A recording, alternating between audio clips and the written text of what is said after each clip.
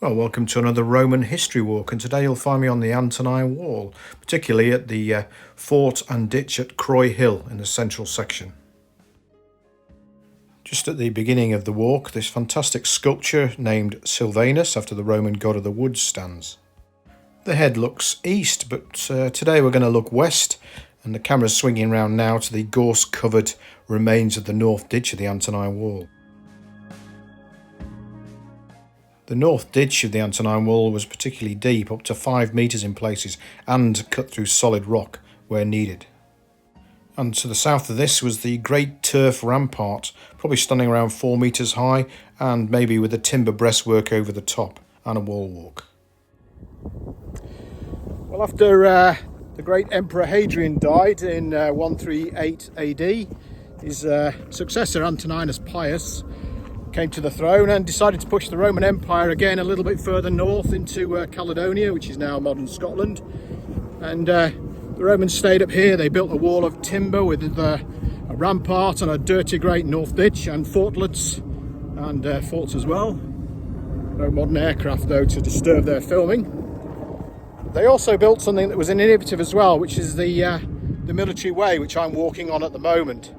And the military way serviced all the forts along the Antonine Wall. It's something that the Romans, when they came back and reoccupied Hadrian's Wall 158 onwards to 161, something along those timelines, they actually brought the idea of the military way back with them, which they hadn't had along Hadrian's Wall until that point.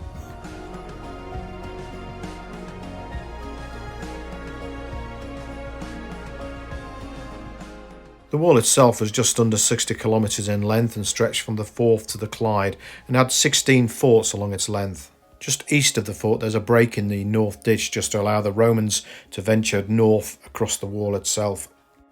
The excavated site of the bathhouse can just be seen where the 3 trees are in the foreground now. Looking east of the trees where the bathhouse used to stand, the north ditch of the wall swings below Croy Hill, avoiding its steep summit, and was cut through solid rock in places, now covered in bracken and gorse. On the top of the hill stood a fortlet, and this was made of turf and timber and attached to the Antonine Wall.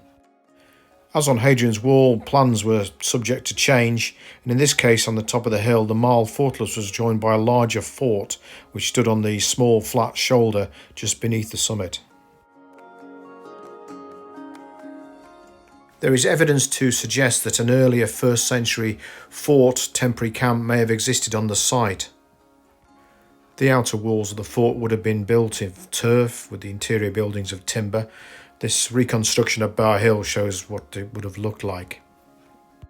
There is now nothing to see of the internal structure of the fort, but the platform can be walked. Excavations have shown many of the sites of the buildings that you'll find within the centre of most Roman forts.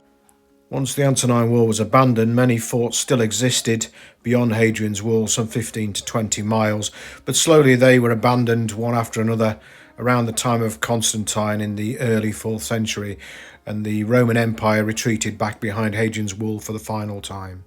Well, I hope you've enjoyed this little wander along Croy Hill. If you have, then please subscribe and like the video. Thanks very much.